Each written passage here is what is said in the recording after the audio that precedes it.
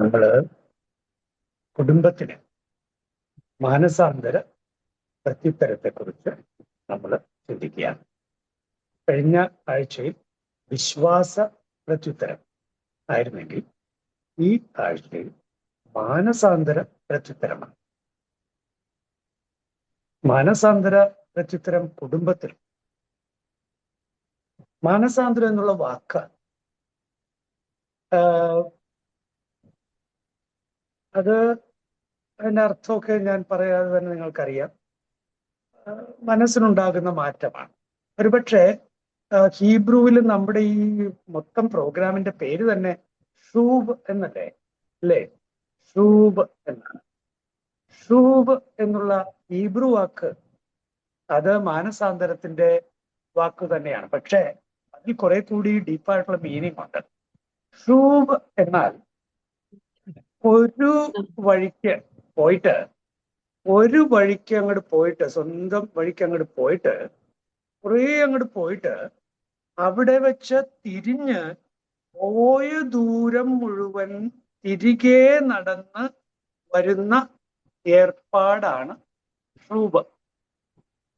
അപ്പോൾ തിരിഞ്ഞ് പോയ ദൂരം മുഴുവൻ തിരികെ താണ്ടി ഏതാണോ ശരിയായ പാത ആ പാതയിലേക്ക് വരുന്ന ഏർപ്പാടാണ്.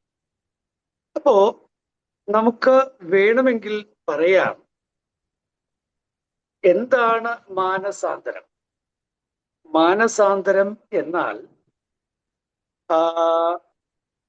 ആയിരിക്കുന്ന ഇടത്തുനിന്ന് ആയിരിക്കേണ്ട ഇടത്തേക്കുള്ള തിരിച്ച നടപ്പാണ് മാനസാന്തരം. ആയിരിക്കുന്ന ഇടത്തിൽ നിന്ന് ആയിരിക്കേണ്ട ഇടത്തിലേക്കുള്ള തിരിച്ചു നടപ്പാണ് മാനസാന്തരം. കുടുംബത്തിന് അത്തരത്തിലുള്ള മാനസാന്തരം ആവശ്യമുണ്ടോ? കുടുംബം ഇപ്പോൾ ആയിരിക്കുന്ന അവസ്ഥ ദൈവഹിത പ്രകാരം ഉള്ള അവസ്ഥ ആണോ? ദൈവഹിത പ്രകാരം അല്ലാത്ത അവസ്ഥ ആണെങ്കിൽ അത് ഓരോ മേഖലയും ശ്രദ്ധിക്കേണ്ടി വരും. ചിലപ്പോൾ ദൈവഹിതപ്രകാരമുള്ള അവസ്ഥയിലായിരിക്കുന്ന ചില മേഖലകൾ ഉണ്ടാവാം. ദൈവഹിതപ്രകാരം അല്ലാത്ത അവസ്ഥയിലായിരിക്കുന്ന മറ്റു ചില മേഖലകൾ ഉണ്ടാകാം. അവിടെ വളരെ വ്യക്തമായി ദൈവവചനത്തിനു മുന്നിലിരുന്ന് പ്രാർത്ഥനാപൂർവം, ദൈവമേ, ഞങ്ങളുടെ കുടുംബത്തിൽ അങ്ങയുടെ ഹിതപ്രകാരമല്ലാത്തതായി ഇപ്പോൾ എന്താണ് ഉള്ളത്, അത് ഞങ്ങൾക്ക് ബോധ്യപ്പെടുത്തി തരണമേ.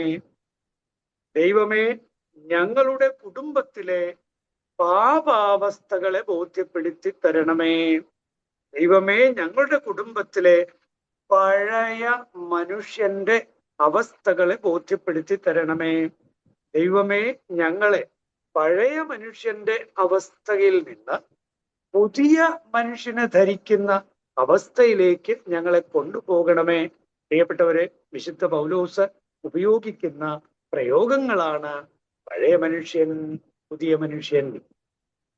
മാനസാന്തര പ്രത്യുത്തരം എന്നത് പഴയ മനുഷ്യനെ ഉരിഞ്ഞുകളഞ്ഞ് പുതിയ മനുഷ്യനെ ധരിക്കലാണ്. എഫേസോസുകാർക്കുള്ള ലേഖനം 4-ാം അധ്യായം നമ്മള് 22 മുതൽ 24 വരെയുള്ള വാക്യങ്ങളിൽ ഈ ഒരു പ്രയോഗം കാണാം. നിങ്ങളുടെ പഴയ ജീവിത രീതികളിൽ നിന്ന് രൂപം കൊണ്ട വഞ്ചന നിറഞ്ഞ ആസക്തികളാൽ കലുഷിതനായ പഴയ മനുഷ്യനെ ദൂരെ എറിയുവിൻ. പഴയ മനുഷ്യനെ ദൂരെ എറിയുവിൻ. എന്താണ് മനുഷ്യന്റെ പ്രത്യേകതകള്? പഴയ ജീവിത രീതിയിൽ നിന്ന് രൂപം കൊണ്ട വഞ്ചന നിറഞ്ഞ ആസക്തികളാൽ കലുഷിതനായ പഴയ മനുഷ്യൻ. പഴയ ജീവിത രീതി. പഴയ ജീവിത രീതി എന്നാൽ യേശുക്രിസ്തുവിൽ നമ്മൾ കാണാത്ത ജീവിത രീതി, പഴയ ജീവിത രീതി, വെറുപ്പിന്റെ, വിദ്വേഷത്തിന്റെ, വൈരാഗ്യത്തിന്റെ ജീവിത രീതി, പഴയ ജീവിത രീതി, അസത്യത്തിന്റെ, അനീതിയുടെ, ഇല്ലായ്മയുടെ, കപടതയുടെ, മുഖസ്തുതിയുടെ, പൊങ്ങച്ചത്തിന്റെ, അഹങ്കാരത്തിന്റെ ഒക്കെ പഴയ ജീവിത രീതി.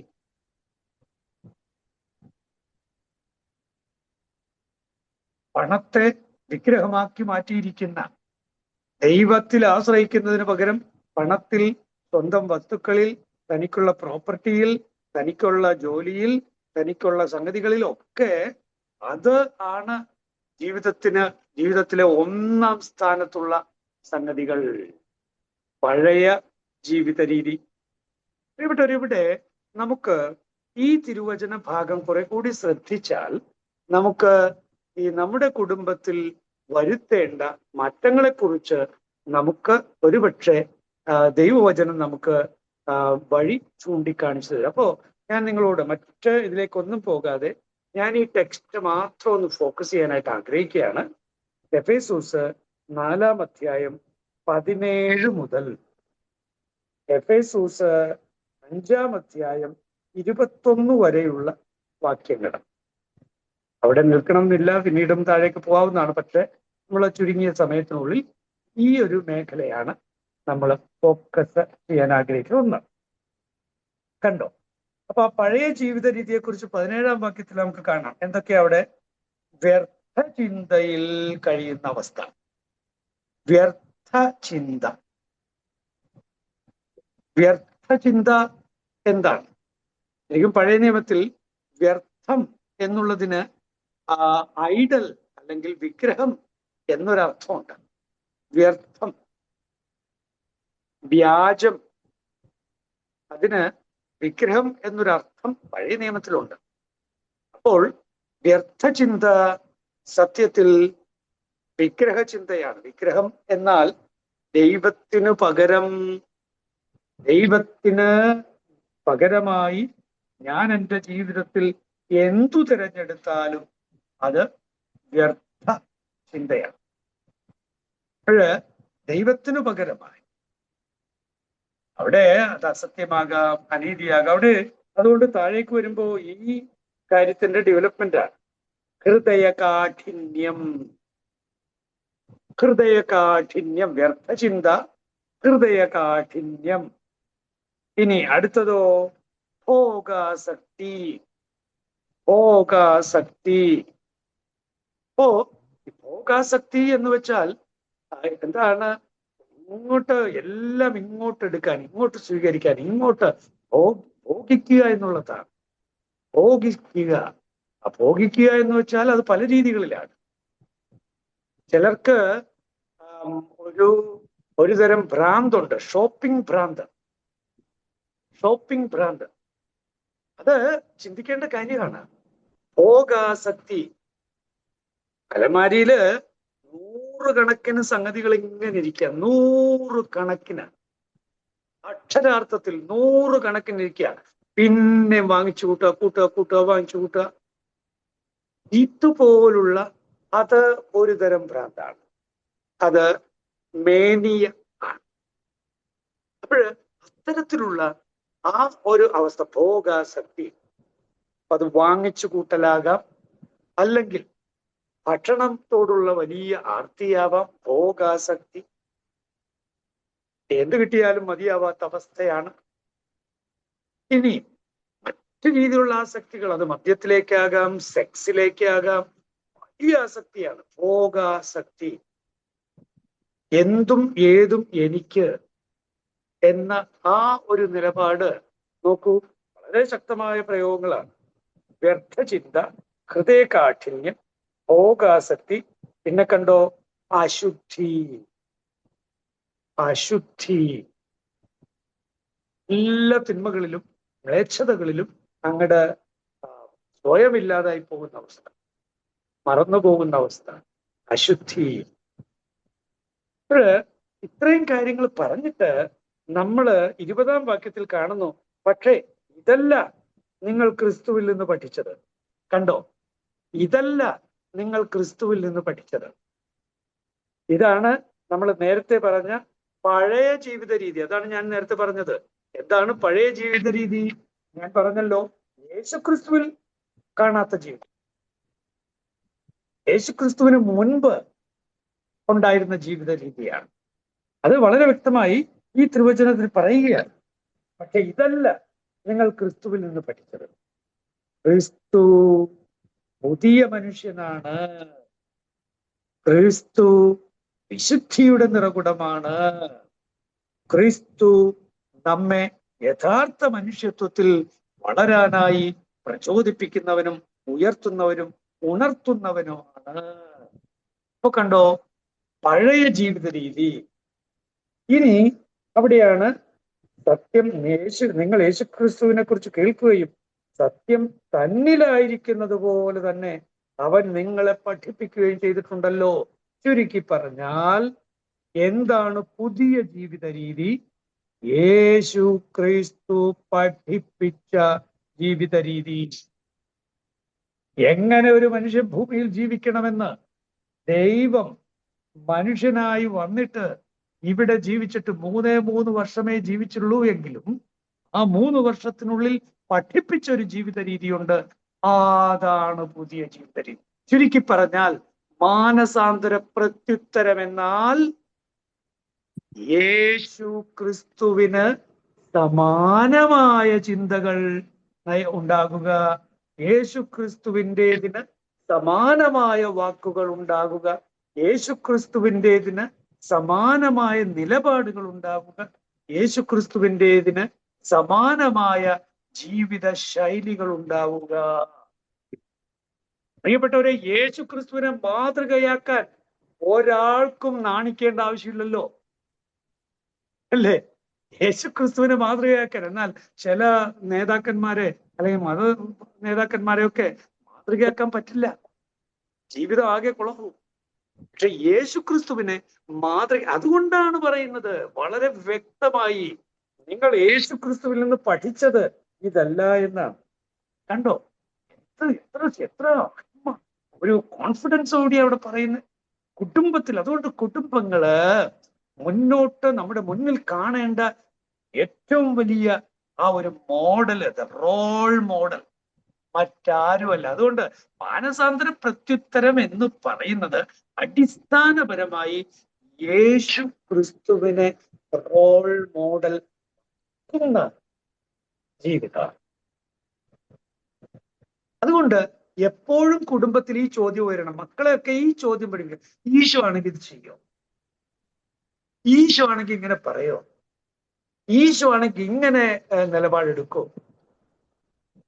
ഇത് വളരെ പ്രധാനപ്പെട്ടതാണ്. അത് കുഞ്ഞുങ്ങളായാലും കൊള്ളാം, വലിയവരായാലും കൊള്ളാം, ആരായാലും കൊള്ളാം.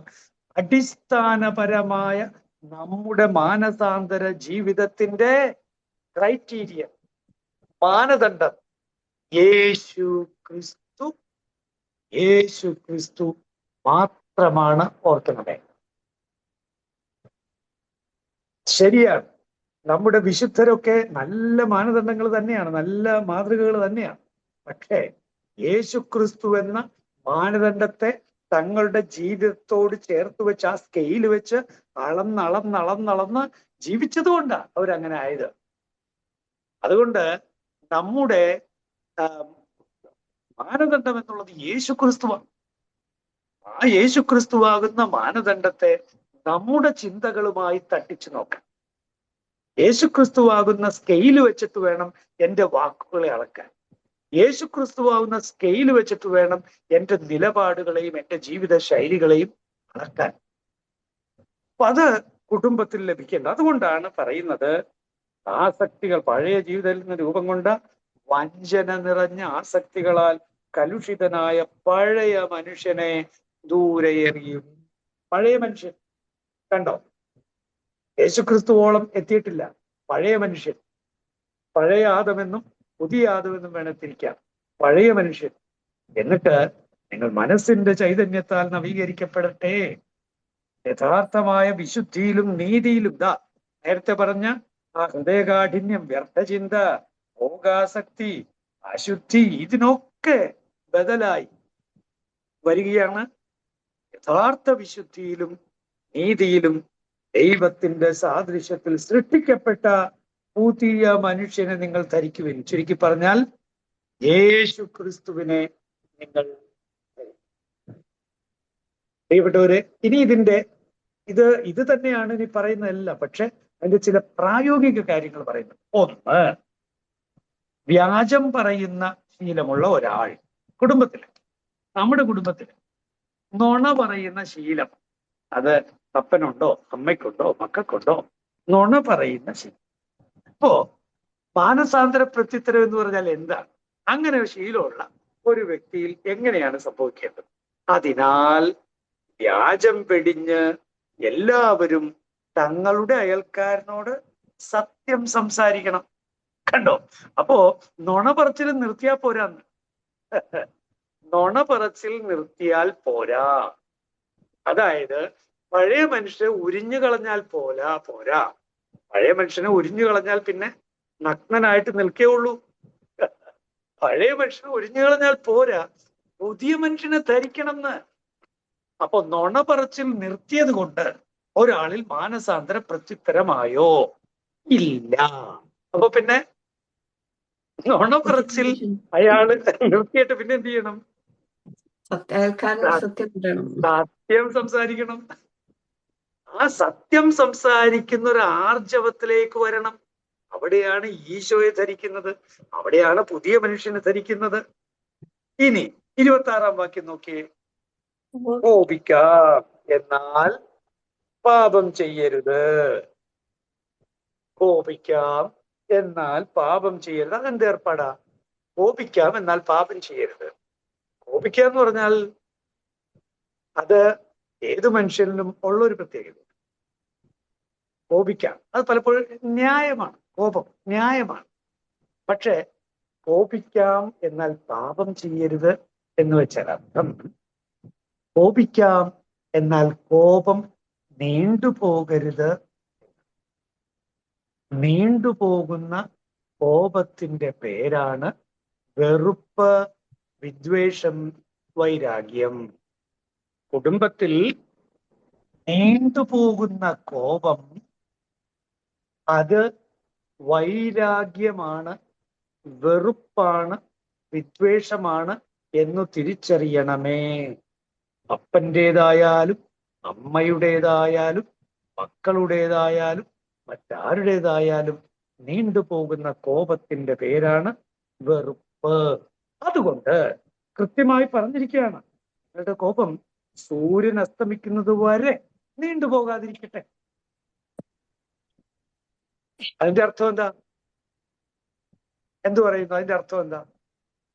നിങ്ങളുടെ കോപം സൂര്യൻ അസ്തമിക്കുന്നത് വരെ നീണ്ടുപോകാതിരിക്കട്ടെ. എത്രയും പെട്ടെന്ന് റീകൺസൈൽ ചെയ്യണം രണ്ടുപേരും. അതാണ് റീകൺസിലിയേഷൻ. റീകൺസിലിയേഷൻ ആണ്. എത്രയും പെട്ടെന്ന് റീകൺസൈൽ ചെയ്യണം. ചിരിച്ചാ മതിയെന്നേ, ഒന്ന് കൈപിടിച്ചാ മതിയെന്നേ, ഒന്ന് കെട്ടിപ്പിടിച്ചാ മതിയെന്നേ, ഒന്നൊരു സോറി പറഞ്ഞാ മതിയെന്നേ. എന്തൊരു സിമ്പിൾ ആയിട്ടുള്ള കാര്യമാണ്. പക്ഷേ അത് ചെയ്യാതെ കോപം നീണ്ടുപോയാൽ എന്തു പറ്റും? അടുത്ത വാക്യം കൂട്ടിച്ചേർത്ത് വായിക്കണം. അടുത്ത 27-ാം വാക്യം. 27-ാം വാക്യം എന്താ? സാത്താന് നിങ്ങൾ അവസരം കൊടുക്കരുത്. കാര്യം മാറിയല്ലോ, സംഗതി കാര്യം മാറിയല്ലോ. നീണ്ടുപോകുന്ന കോപമുള്ളിടത്ത് സാത്താൻ ഇരിപ്പുറപ്പിക്കുമെന്നാണ്. നീണ്ടുപോകുന്ന കോപം വെറുപ്പാണ്, വൈരാഗ്യമാണ്, സാത്താന് അവസരം കൊടുക്കലാണ്. അപ്പോ അനുരഞ്ജനത്തിലൂടെയോ കർത്താവായ യേശു ക്രിസ്തുവിന്റെ ക്ഷമയാണ് നമ്മൾ ധരിക്കുന്നത്. സാത്താൻ ആ പരിസരത്ത് നിൽക്കാൻ പറ്റില്ല. ഇനി ഇതുപോലെ ഒത്തിരി ഉണ്ട്. ഞാൻ സമയമാവുന്നതുകൊണ്ട് 28 മോഷ്ടാവ് എന്ത് ചെയ്യണം? ചെറിയ കൊച്ചു കൊച്ചു മോഷണമൊക്കെ. അപ്പൊ കുടുംബത്തില് കൊച്ചു കൊച്ചു ഇസ്കലുകൾ എന്നൊക്കെ പറയും നമ്മൾ. അങ്ങനെ ഇസ്കല്, അതാണ് പണ്ട് ഉപയോഗിച്ചിരുന്ന വാക്ക്, ഇസ്കി. എപ്പോഴ് മോഷ്ടാവ് ഇനിമേൽ മോഷ്ടിക്കരുത്. പക്ഷേ മോഷ്ടാവ് മോഷണം നിർത്തിയത് കൊണ്ട് മാനസാന്തരമാവോ? ഇല്ല. അടുത്തത് എന്താ പറയുന്ന തിരുവചനം? അവൻ ഇല്ലാത്തവരുമായി പങ്കുവെ- പങ്കുവയ്ക്കാൻ ഇല്ലാത്തവർക്ക് എന്തെങ്കിലും തീർക്കുന്നു. പങ്കുവയ്ക്കുവാൻ എന്തെങ്കിലും സമ്പാദിക്കുന്നതിന് വേണ്ടി സ്വന്തം കൈകൾ കൊണ്ട് മാന്യമായി ജോലി ചെയ്യട്ടെ. കൊള്ളാലോ, അത് വളരെ രസമാണല്ലോ. അപ്പൊ മോഷ്ടാവ് മോഷണം നിർത്തിയത് കൊണ്ട് കാര്യമായില്ല എന്നാണ് തിരുവചനം പറയുന്നത്. മോഷ്ടാവ് മോഷണം നിർത്തിയത് കൊണ്ട് കാര്യമായില്ല. പക്ഷെ അവൻ എന്ത് ചെയ്യണം? അവനെ കൈകൊണ്ട് അധ്വാനിക്കണം എന്ന്. അധ്വാനിച്ചിട്ട് ഇല്ലാത്തവനുമായി പങ്കുവയ്ക്കണം. ഓക്കെ, വല്ലവരുടെയും എടുത്തിരുന്നവൻ ഇപ്പോ പങ്കുവയ്ക്കലേക്ക്, അതാണ് ശരിക്കും സഖ്യവൂസിൽ കണ്ടതല്ലേ? അത് വ്യക്തമല്ലേ? എന്റെ വസ്തുക്കളുടെ പകുതി ഞാൻ ദരിദ്രർക്ക് കൊടുക്കുന്നു. ഇനി തിരികെ എന്തെങ്കിലും എടുത്തിട്ടുണ്ടെങ്കിൽ 4 ഇരട്ടിയായി തിരികെ കൊടുക്കുന്നു. എന്തെങ്കിലും ബാക്കി ഉണ്ടായിരുന്നാവോ എനിക്ക് അറിഞ്ഞുകൂടാ. എന്തോ ആവട്ടെ. അപ്പോഴ് പ്രിയപ്പെട്ടവര്, ഇനി അധരങ്ങളിൽ നിന്ന് തിന്മയുടെ വാക്കുകൾ പുറപ്പെടാതിരിക്കട്ടെ. ആദ്യം വ്യാജം പറയുന്ന നുണ പറയുന്ന കാര്യമായിരുന്നു 25-ല്.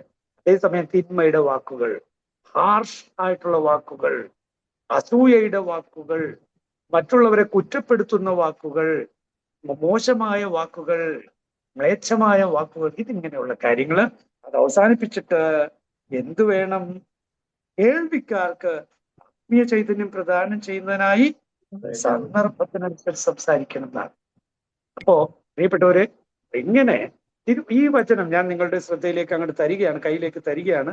ശ്രദ്ധാപൂർവം ഇത് കോൺട്രാസ്റ്റ് ചെയ്ത്, പഴയ മനുഷ്യനെ ഒരിഞ്ഞു മാറ്റിയാൽ പോരാ, പുതിയ മനുഷ്യനെ ധരിക്കണം എന്ന് പറയുന്ന ആ ഒരു പ്ലസ് പോയിന്റ് വച്ചിട്ട് നിങ്ങൾ ഈ ഭാഗം മുഴുവൻ വായിക്കുക. അങ്ങനെ നിങ്ങളുടെ കുടുംബ ജീവിതത്തിന് ഈ മാനസാന്തര പ്രത്യുത്തരത്തിന്റെ പ്രായോഗികത അത് നിങ്ങൾക്ക് അനുഭവിക്കാനാവും. ദൈവം നിങ്ങളെ സമൃദ്ധമായി അനുഗ്രഹിക്കട്ടെ. ഈ തിരുവചനം നിങ്ങളുടെ ജീവിതത്തിൽ വ്യക്തമായും അർത്ഥവത്തായി കിട്ടും. ഈശോ മിശിഹായ്ക്ക് സ്തുതിയായി.